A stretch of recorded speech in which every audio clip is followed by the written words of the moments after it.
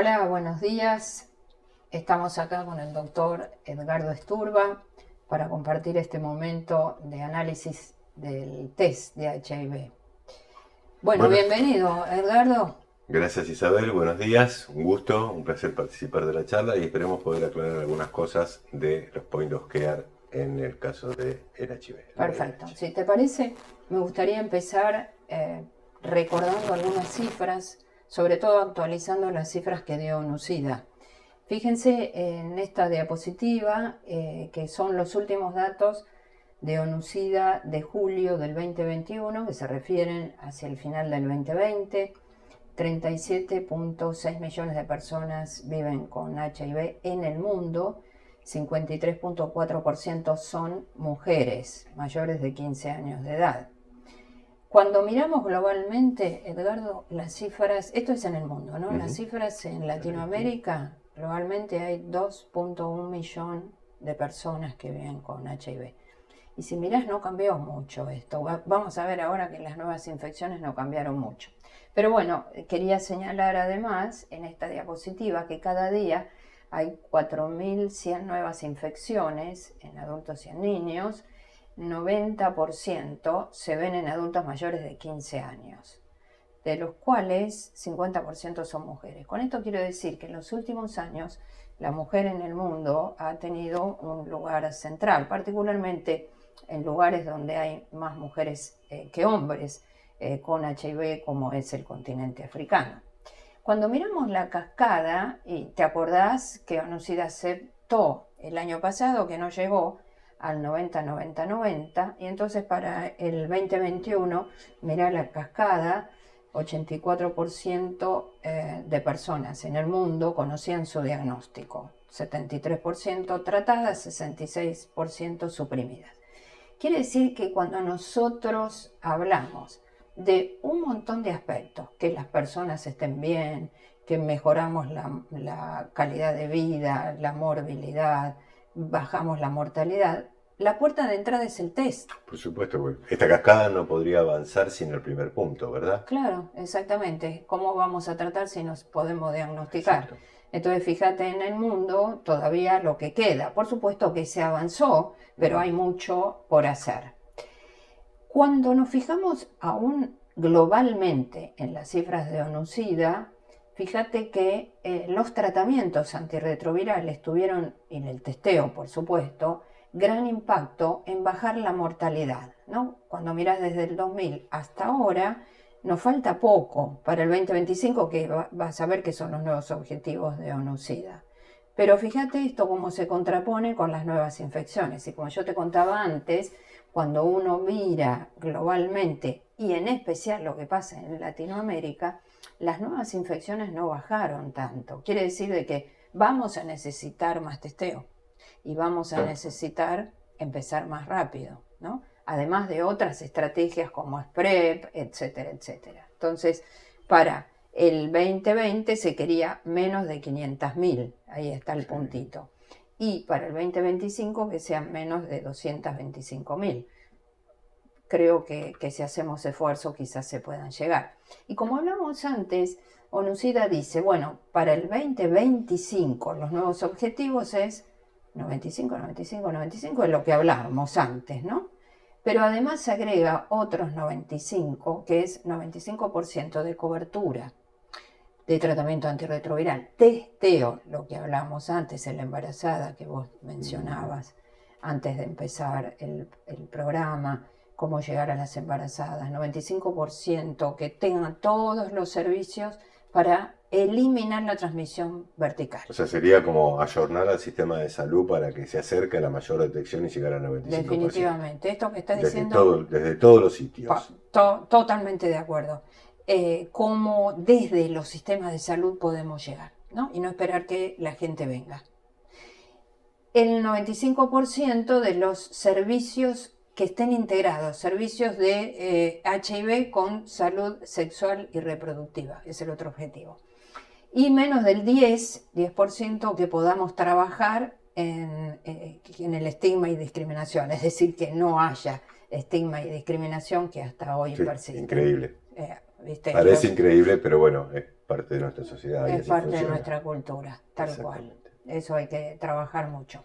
Mirá lo que pasa en Latinoamérica, estamos trabajando en el taller latinoamericano, que están participando varios países de Latinoamérica, y mirá lo que pasa con el diagnóstico tardío, ¿no? Acá es menos de 200 CD4, es entre 30 y 40%, ¿no?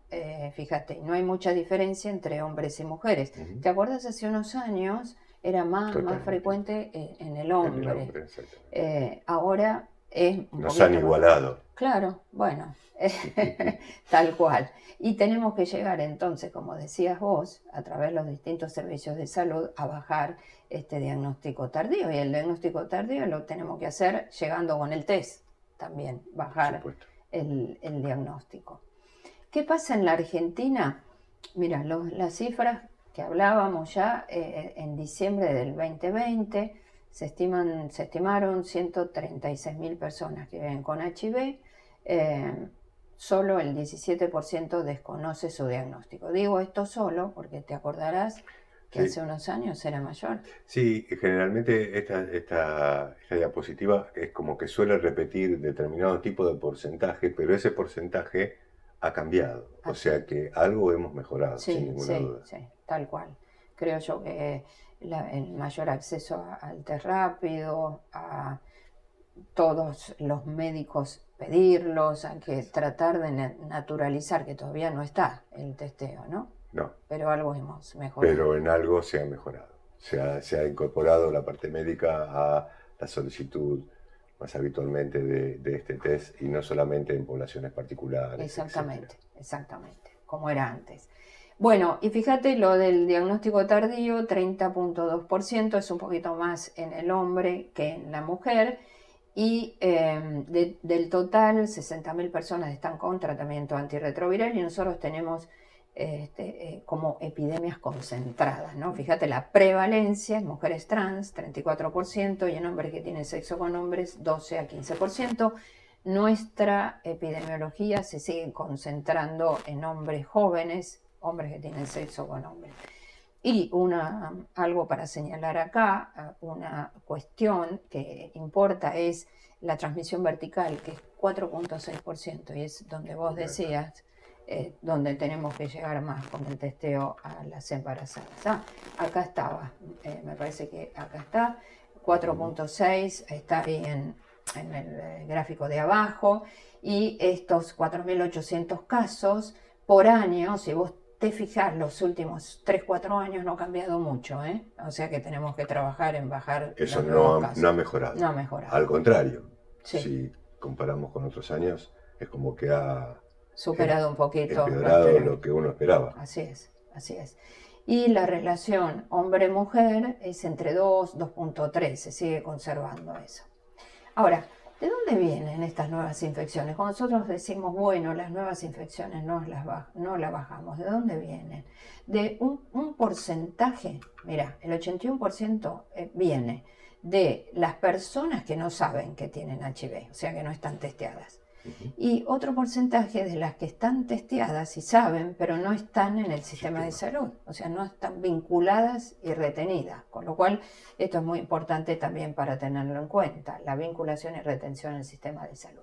Hemos avanzado en empezar rápido, en bajar la carga viral a niveles no detectables y mantenerla en el tiempo, y hemos sido muy proactivos en el U igual a U, indetectables, no transmisibles.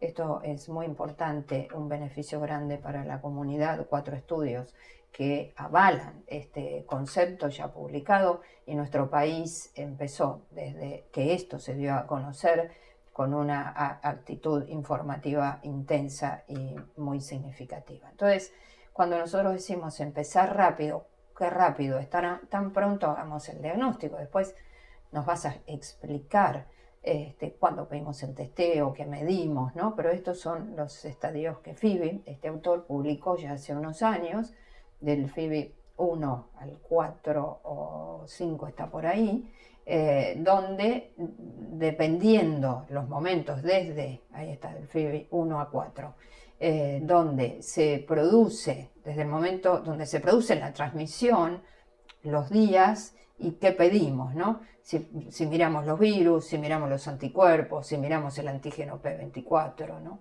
Entonces, con esto lo que quiero decir, que nosotros también aprendimos a ver esto y a pensar que a partir de este momento tenemos el test positivo, qué nos indica y cómo lo vamos a confirmar. Y después nos vas a decir acerca de los algoritmos en la Argentina. Es muy importante que recuerden esa diapositiva, porque en realidad yo tendría que repetirla nuevamente cuando comience la parte de laboratorio, pero que fíjense el detalle de cómo algunos marcadores son mucho más tempranos, como la detección de RNA, el antígeno P24 y luego la detección de anticuerpos. O sea, hay como una cascada en el tiempo, en la capacidad de detección, y esto lo vamos a ver con los test rápidos, cómo podemos mejorar para poder perder lo menos posible de lo que sería el periodo ventana, que si bien no es lo más habitual cuando vamos a testear poblaciones, generalmente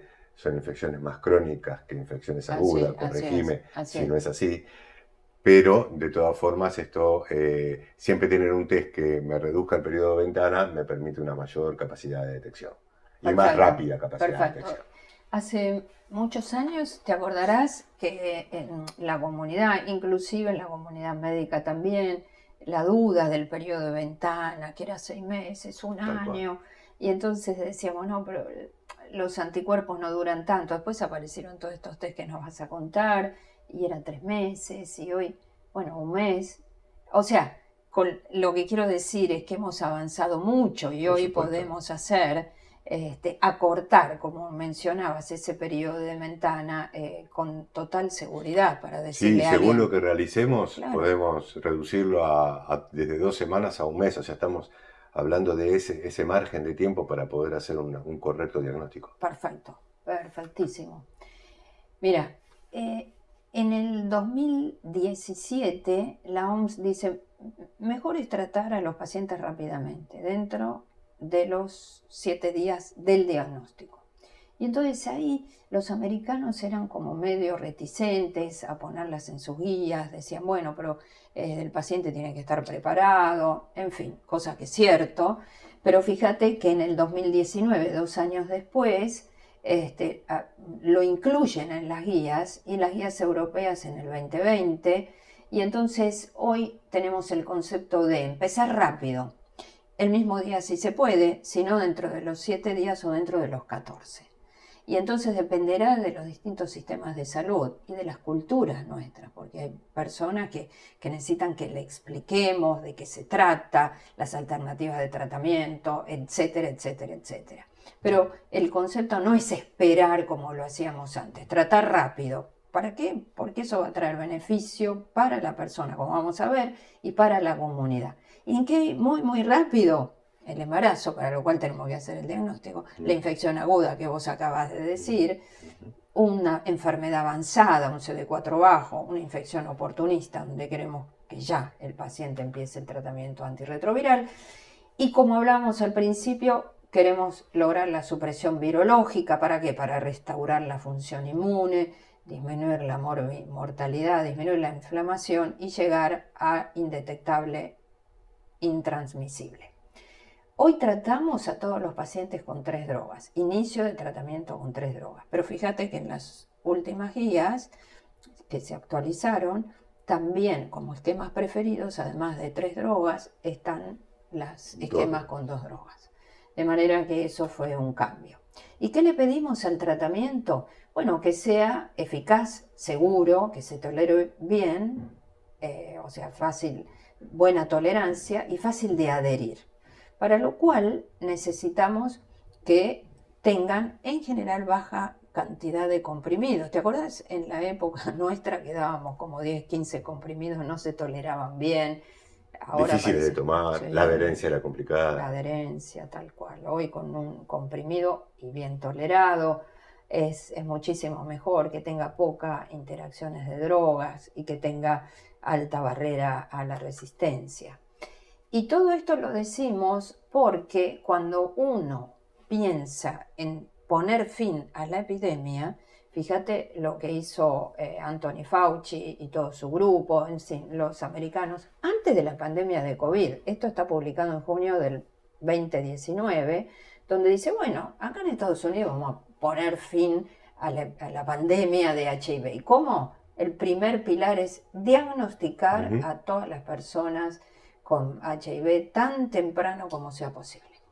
Entonces, ese primer pilar te lo dejo a vos, pero yo te agrego, lo diagnosticamos, tratamos, que es el segundo, y prevenir las nuevas infecciones, porque el tratamiento ahí donde dice tratar rápidamente y efectivamente tratamiento como prevención. Exactamente, tratamiento preventivo. Y prevenir las nuevas infecciones a través del PrEP, ¿no? Y ahí hay, o sea, Latinoamérica es una región, pero hay mucha heterogeneidad entre los países. Y vas a ver que hay países más avanzados en PrEP que otros, ¿no? Y después responder rápidamente a los clústeres que haya. Y finalmente quiero contarles una experiencia en Helios cuando empezamos a hacer los test rápidos, ¿no? Nosotros pusimos un horario y los test se tenían que pagar. Y la verdad es que venía poca gente, hasta que nos dimos cuenta que nosotros tenemos que adaptarnos a las necesidades de la comunidad. Entonces ampliamos el horario de 8 a 20 y agregamos feriados, sábados y domingos. Y pusimos al test gratuito. Y ahí, pero fue tremendo el cambio, ¿no? No está graficado acá, pero yo te puedo decir que empezamos a hacer un montón de testeos respetando lo que decía el ministerio, voluntario, confidencial, anónimo y gratuito. Y mirá lo que pasó, acá quisimos graficar un poquitito lo del 2020, antes de la pandemia, prepandemia y pospandemia. Y prepandemia hacíamos entre 1.500 y 2.000 testeos mensuales. Vos me dirás, ¿y cómo? Vos me vas a decir, bueno, pero test no es lo mismo que testear, diagnosticar. Y se hacía el diagnóstico a través de la carga viral, se confirmaba por la carga viral. Se hacía todo un algoritmo diagnóstico donde comenzaba con el test rápido. Exactamente. Y después hacíamos la vinculación al sistema de salud. Pero fíjate que antes de la pandemia teníamos esa cifra que te estoy contando, y después ya en abril dijimos, bueno, no hacemos más. Abril del 2020, la pandemia no hacemos más porque que no venga la gente, la alimentación en la circulación. Y después me acuerdo de mis compañeros decían, bueno, no importa, estamos en pandemia, pero miren que quizás no es que la gente se esté cuidando mucho en su sexualidad, ¿por qué no lo abrimos para ofrecer a las personas? Y lo abrimos en plena pandemia y así fue aumentando, como se ven ahí, desde 300 mensuales hasta 900, y fíjate que en el 2021 ya empezamos a retomar, no a los niveles que teníamos antes, pero 1.100, 1.000. ¿Y qué prevalencia? Entre 4 y 5%. Siempre, y entonces vos me dirás, es alta, pero ojo, Edgardo, porque esta es población que viene porque ha tenido una situación de riesgo, es decir, una población sesgada. Exacto, es espontánea, es la que viene espontáneamente por alguna situación en particular. Así es. Entonces yo quería compartir esta experiencia y terminar acá para decirte los lugares donde como médicos, infectólogos, pensamos la importancia fundamental que tiene el testeo. Perfecto. Sí, si tenés otra diapositiva más. Bueno, a ver, estos gráficos, primero quisiera retomar dos o tres conceptos que dio Isabel que me parece muy importante.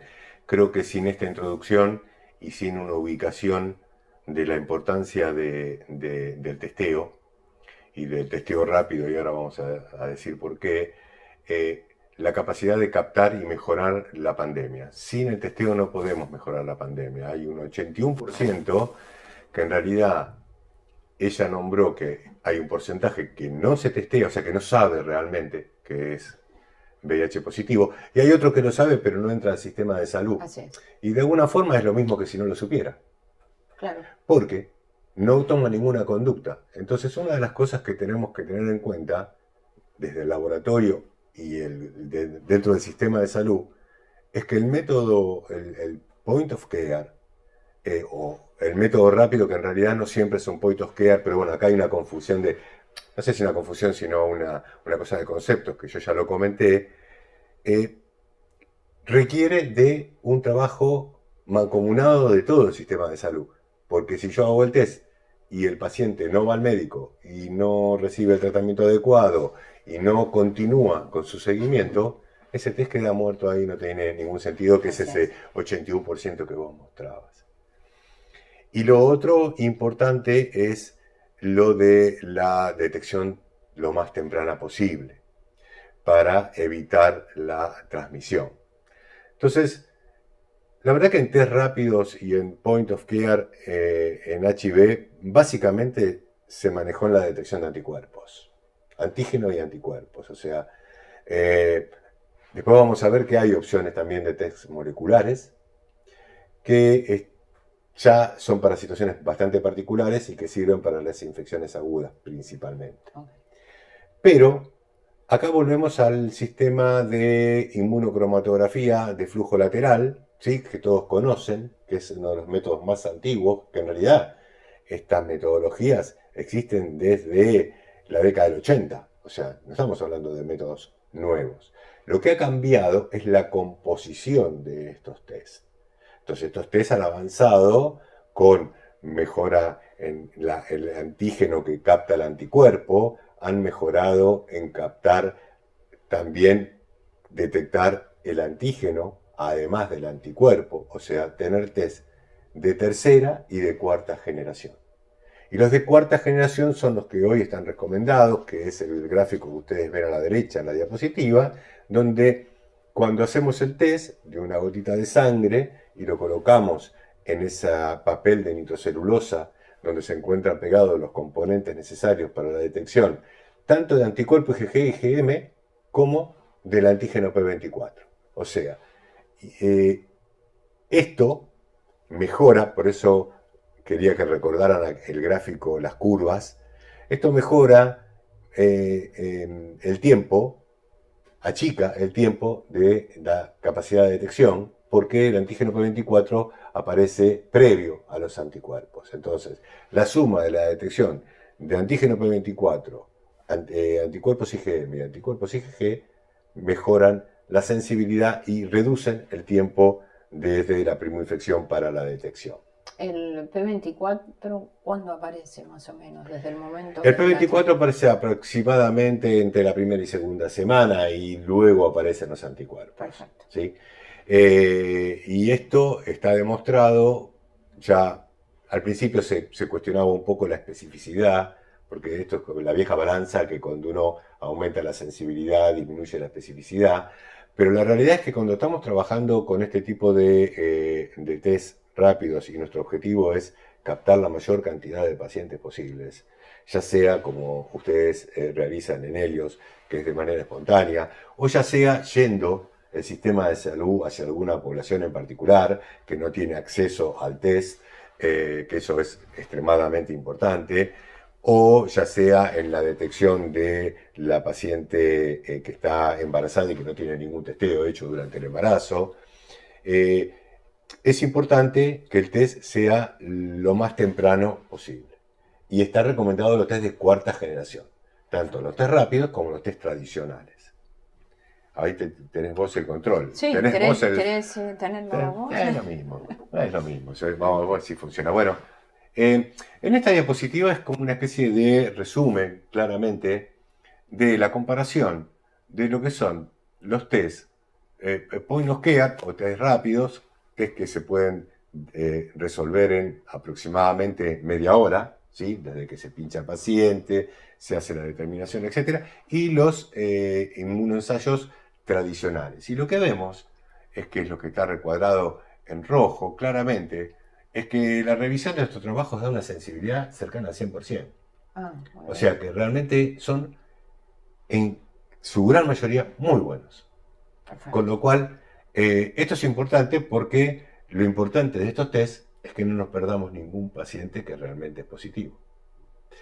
Si después tenemos algún falso positivo, bueno, podrá ser una situación que tenemos que resolver, pero no perdemos pacientes positivos. Esto es, en general, en la mayoría de de todas las metodologías. Ahí muestra distintas metodologías, pero más o menos todas funcionan de la misma manera. ¿Sí? Claro, vos querés decir que si alguien que es positivo y el test no lo capta, es un problema. Exactamente. Entonces, como decías antes, mejor es que sea un falso positivo, que ahí no, En vamos, esta a situación, perder, sí. no vamos a perder nada. Al Exactamente. contrario. A lo sumo perderemos un poco de tiempo, costo.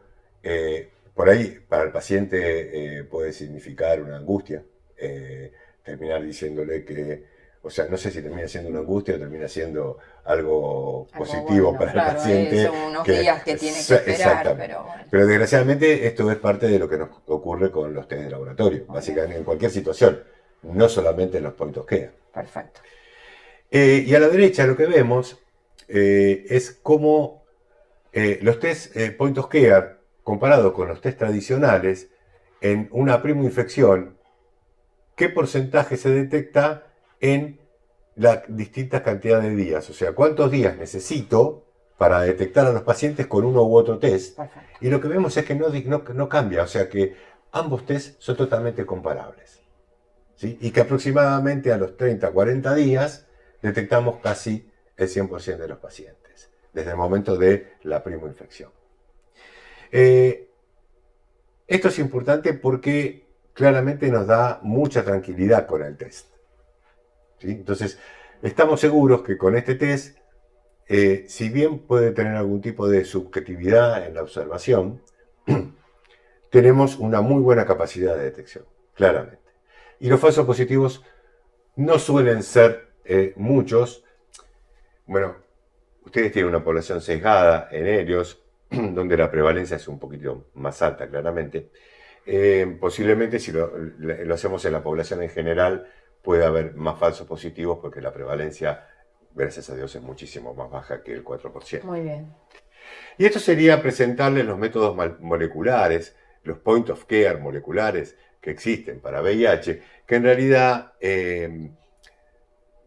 hay algunas marcas que ya conocemos que están en nuestro medio, pero para otro tipo de patógenos como el Ginesper, o el Alere Q-Analyzer, el Liat Analyzer, algunos que se encuentran para otros targets, pero no tanto para el HIV, porque la realidad es que con los test serológicos estamos casi en las 2 primeras semanas, 3, entre la segunda y la tercera semana, con los point of care serológicos para poder detectarlo. Con lo cual, estos entrarían en una situación muy particular, tal vez de un protocolo, un seguimiento, o cuando uno tiene pacientes que realmente tiene alta cantidad de pacientes con sospecha de síndrome retroviral agudo o de infección reciente y podría aplicar estos test que tienen una excelente sensibilidad, o sea, un excelente límite de detección para poder detectar. Hablan ahí de 1000 copias. Antes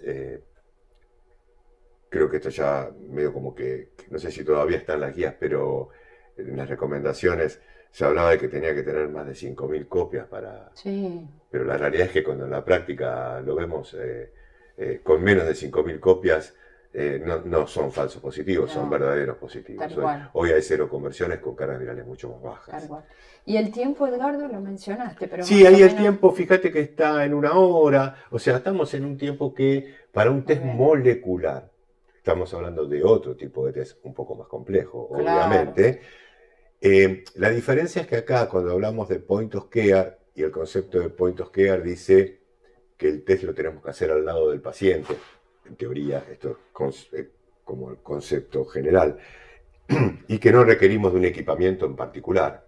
Y en realidad para estos point of care y para todos los point of care moleculares requerimos de un equipamiento particular, ¿sí? Claramente. Es difícil hacerlo al lado del paciente, se puede hacer cerca del paciente, pero no al lado del Claro, paciente. claro. Estas son cosas que en realidad son más semánticas que lo que se plantea en la realidad, pero el problema que tiene claramente es el costo. Obviamente que estos test son mucho más caros y no se pueden aplicar de forma masiva, como es lo que uno busca con el point of care realmente, que es trabajarlo en forma, digamos, poder realizar la mayor cantidad de test posibles, ¿sí?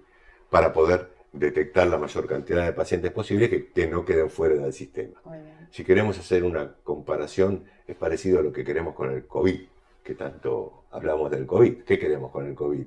poder encontrar la mayor cantidad de pacientes que estén infectados para poder aislarlos y que no contagien al resto. Bueno, los conceptos en alguna forma se parecen en las distintas infecciones. Estos son los algoritmos tradicionales. Ahí me quedó un poquito abajo. Con una vez que nosotros tenemos un test positivo de ELISA, recurrimos. Este es un algoritmo que tiene el CDC, que ellos tienen un inmunoensayo que diferencia entre HIV1 y HIV2 y lo utilizan como test confirmatorio serológico. Pero en realidad en nuestro medio, una vez que hay un test de ELISA positivo de tercera o de cuarta generación, directamente se va al test molecular. Claramente, que es lo que yo traté de marcar ahí en azul y me quedó un poquito corrido. Si el test es negativo y no hay ningún tipo de sospecha de un síndrome retroviral agudo, el estudio se acaba ahí y no hay que hacer más nada. Si hay alguna sospecha, se vuelve a repetir en aproximadamente 15 días, una semana, 15 días, dependiendo de cuál sea el momento de riego.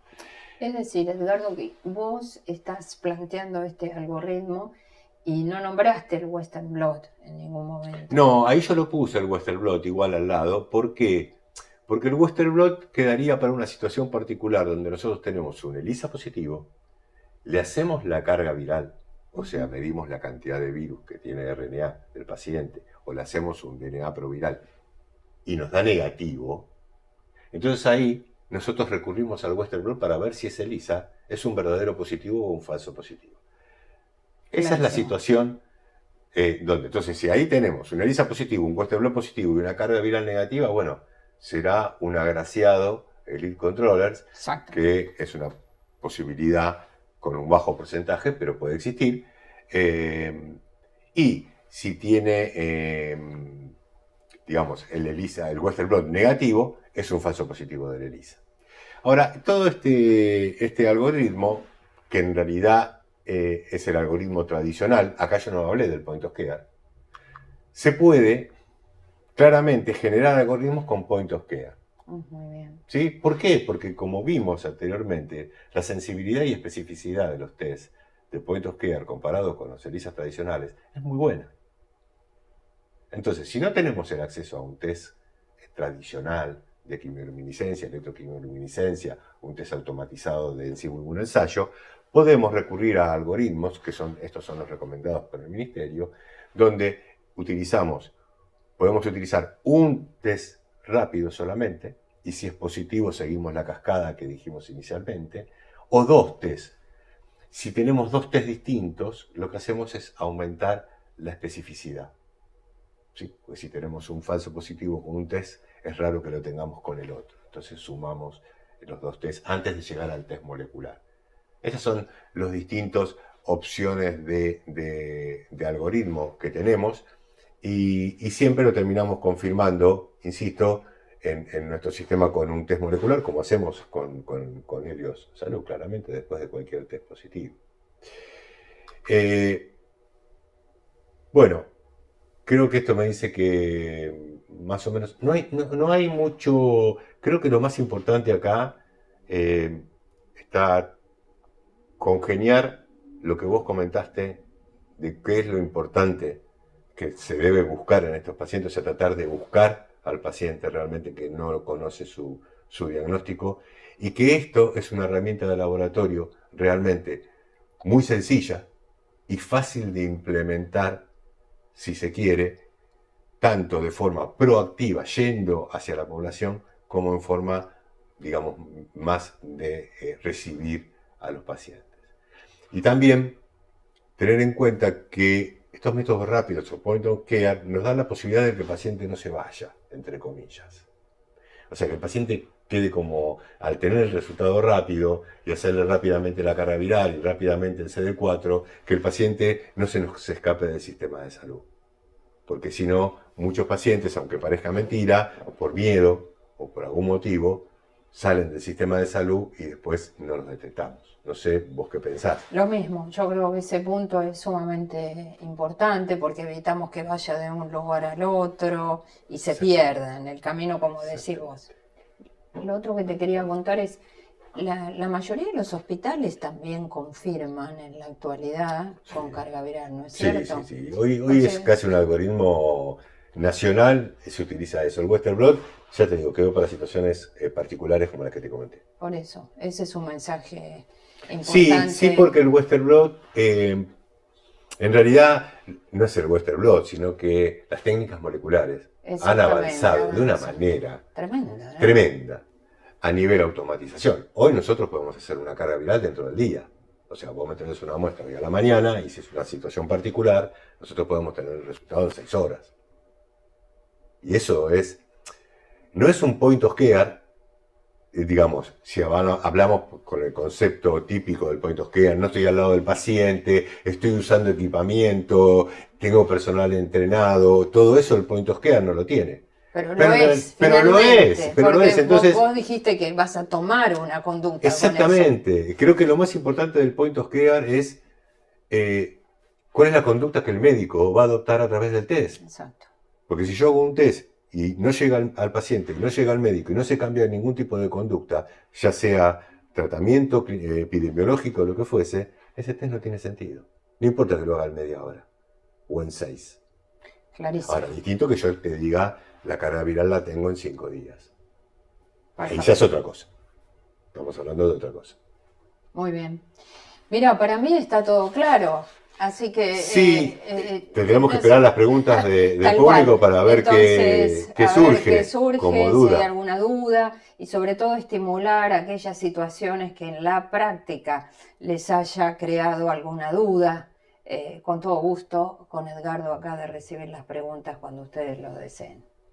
Agradecemos, Edgardo, que se hayan conectado. Muchas todos. Gracias Gracias a conectarse. vos. Espero que si tienen alguna duda la pregunten sin ningún tipo de inconveniente, ya sea desde el punto de vista de interpretación de los test o cómo implementar los test también, porque a veces hay cierta, digamos, resquemor cómo hacer realmente para implementarlo.